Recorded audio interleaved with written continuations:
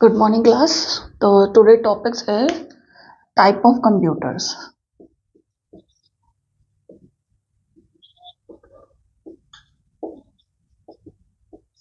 तो last video में मैंने आपको पढ़ाया था कि कंप्यूटर्स क्या होते हैं, ठीक है। तो उसके लिए आप दूसरी वीडियो जाकर देख सकते हैं जिसमें मैंने पढ़ाया हुआ है कि कंप्यूटर क्या होते हैं। अब देखो, बात करते हैं कंप्यूटर के टाइप कितने होते हैं। देखो, जनरली कंप्यूटर के टाइप वहां पर भी मैंने आपको बताया वैसे। तो टाइप क्या होते हैं कंप्यूटर के? कंप्यूटर का पहला टाइप होता है डिजिटल, जो आप यूज करते हैं, ठीक है। डिजिटल में क्या क्या होता है? देखो, डिजिटल में आप जो यूज करते हैं, तो डिजिटल में आपने देखा होगा कि डिजिटल कंप्यूटर कैसे होते हैं। देखो, डिजिटल, एक डिजिटल होता है, एक एनालॉग होता है। अब डिजिटल और एनालॉग क्या होता है? देखो, जो साइंस बैकग्राउंड से हैं उनको तो आइडिया हो गया होगा कि डिजिटल एनालॉग क्या होता है। जो नहीं है उनको मैं बता देती हूँ। देखो, जो हम कोई कैलकुलेशन करते हैं कोई भी तरह की, ठीक है, तो कैलकुलेशन करने के लिए हम दो तरीके से चलते हैं। एक तो कैलकुलेशन करते हैं हम टाइम डिफरेंस पर, कि इतनी देर बाद ये हुआ, ठीक है। जैसे अगर मैं ये कहूँ कि मुझे स्पीड निकालनी है, ठीक है, गाड़ी की स्पीड निकालनी है, ठीक। तो एक तो तरीका ये है कि मैं ये कहूँ कि 1 घंटे में, या हम कहते हैं चलो आपकी स्पीड निकालनी है, ठीक है। एक तरीका तो ये है कि मैं ये कहूँ कि आपने आपका घर जो है वो लगभग 20 किलोमीटर है, 20 किलोमीटर।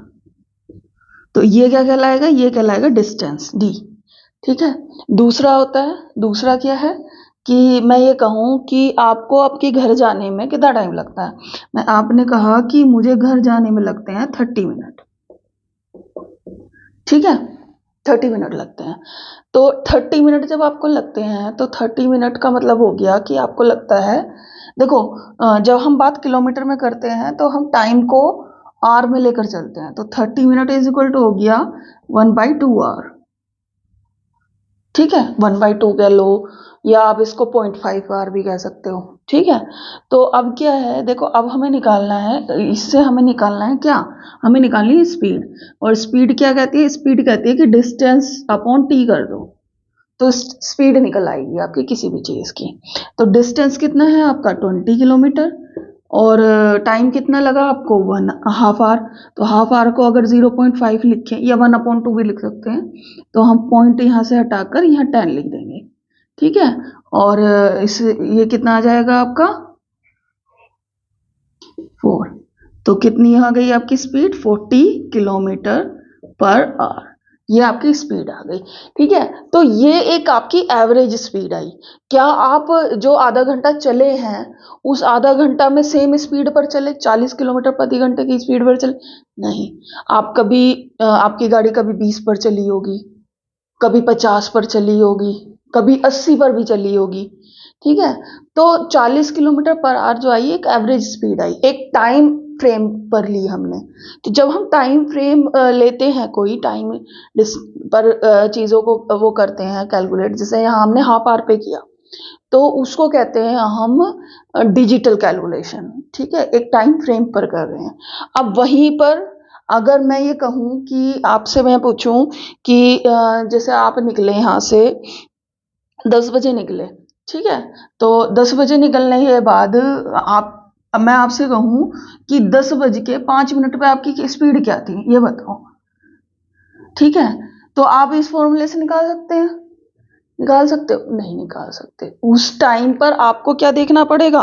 आपके कार में लगा मीटर, ठीक है, जो आपकी स्पीड बता देगा। या आप स्मार्ट वॉच पहनते हैं तो स्मार्ट वॉच में भी देख सकते हो कि आप किस स्पीड से जा रहे हैं, या आप मोबाइल पर भी चेक कर सकते हो, ठीक है। तो हर एक टाइम डिस्टेंस, मतलब थोड़े थोड़े टाइम पर, बहुत छोटे छोटे टाइम डिस्टेंस पर अगर हम कैलकुलेशन करते हैं तो उस कैलकुलेशन को कहते हैं एनालॉग।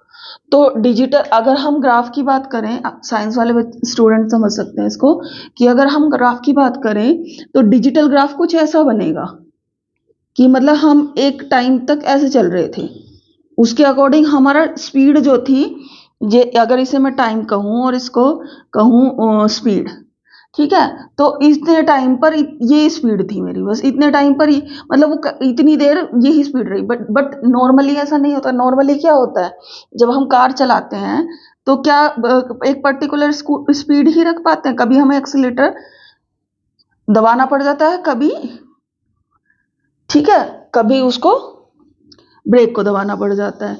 तो क्या होती है, स्पीड हमारी कुछ ऐसे चलती है,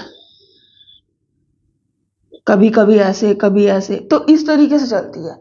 तो ये जो हम ये वाला जो ग्राफ बना रहे हैं, तो ये कहलाता है एनालॉग, ठीक है।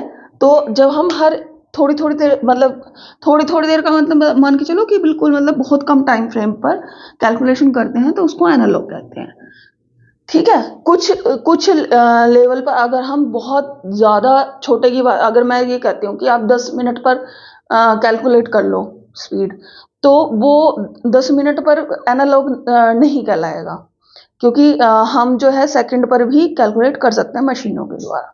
तो हम सेकंड पर कर लेते हैं, हर सेकंड देख लिया स्पीड, तो उसके अकॉर्डिंग अपने ग्राफ बना लिया, तो वो कहलाएगा एनालॉग, ठीक है। और जो जिसमें ऐसी कैलकुलेशन नहीं होती वो कहलाती है डिजिटल। तो डिजिटल कंप्यूटर क्या होते हैं, जो डिजिटल पर बेस्ड होते हैं, डिजिटल कैलकुलेशन पर। और एनालॉग क्या होते हैं, जो एनालॉग कैलकुलेशन पर बेस्ड होते हैं, एनालॉग सिग्नल्स पर बेस्ड होते हैं, ठीक है।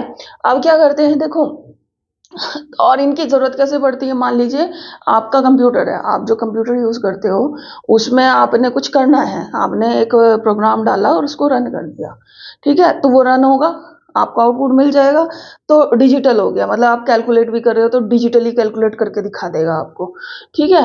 लेकिन कभी कभी ऐसा होता है कि जैसे हॉस्पिटल की बात करें, हॉस्पिटल में क्या होता है, एक मॉनिटरिंग डिवाइस लगा दी जाती है, मॉनिटरिंग कंप्यूटर लगा दिया जाता है।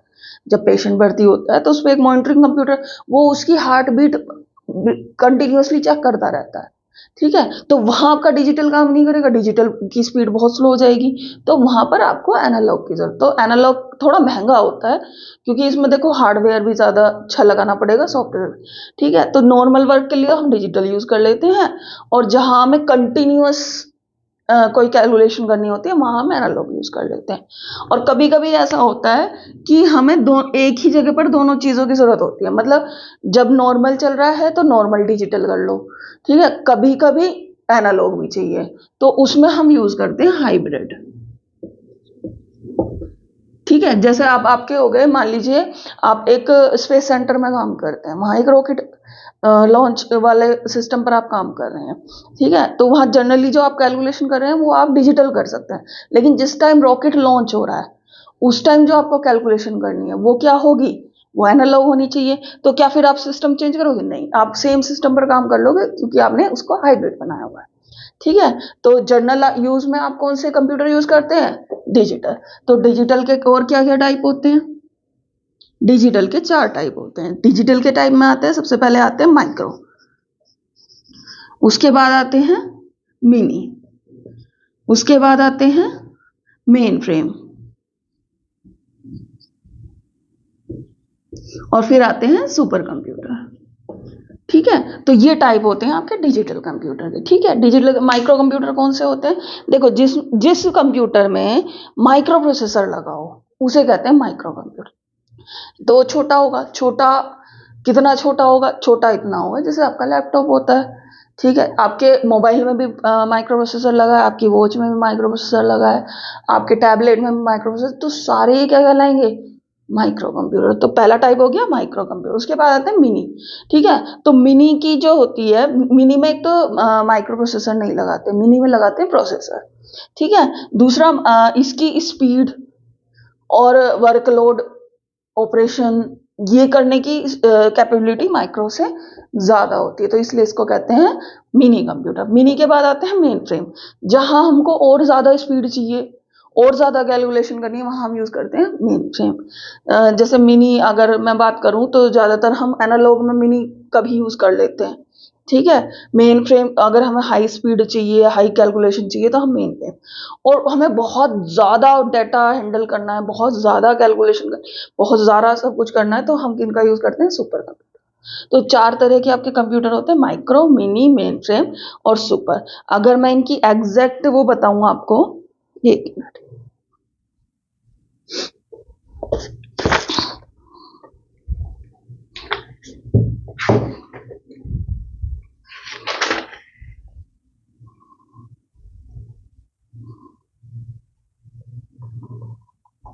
ज़्यादातर जो है ना, देखो माइक्रो कंप्यूटर पर्सनल यूज़ के लिए यूज़ किए जाते हैं। मिनी कंप्यूटर आपके सर्वर, कंपनी में जो सर्वर होते हैं उनके लिए यूज़ किए जाते हैं।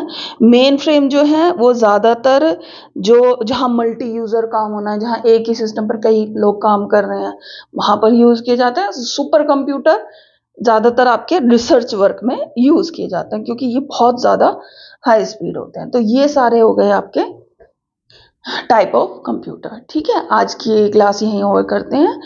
और जो देख रहे हैं इसको, प्लीज़ इसको ज़्यादा से ज़्यादा शेयर कीजिए, जिससे जो बाकी स्टूडेंट हैं उनको देखने में, समझने में कंप्यूटर क्या है, क्या चीज़ है, तो उनको बेनिफिट हो। ठीक है, और अगर आपको वीडियो अच्छी लगे तो लाइक कीजिए, आपको कुछ पूछना हो तो कमेंट कीजिए, और चैनल को सब्सक्राइब कीजिए, तो मुझे पता चले कि इतने लोग देख रहे हैं। ठीक है, तो और इतने लोग चाहते हैं आगे वीडियो सीखना, और आप जो भी टॉपिक कमेंट करेंगे उस पर भी मैं फिर वीडियो बनाऊंगी। ठीक है, ओके।